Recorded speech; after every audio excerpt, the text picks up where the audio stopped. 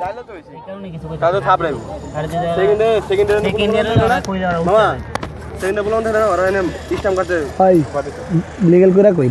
করে কই না ভাই ফকিলের মতো কথা ভাই নাম না শুনতে বলতে বলতে আগিয়ে শট করছে কিন্তু 6 হওয়ার সম্ভাবনা কিতা হইছে কইতাম পারি না দেখে লই আম্পায়ার আছে সবাই দৌড়ে গেছে ইতার মধ্যে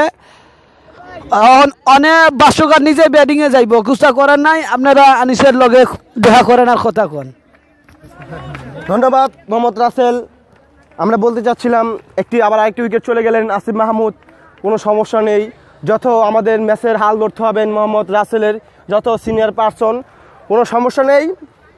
বলা যাচ্ছে আমাদের মাঝে এখন ব্যাটিং করতে যাচ্ছেন মারে মোহাম্মদ রাসেল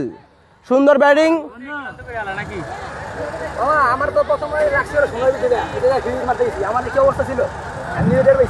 আসিফের অবস্থা কি এখন রান পাইছিস কত 11 হ্যাঁ আম্পায়ারও বললেন রান কত জানো কম করে 30 রান তো কম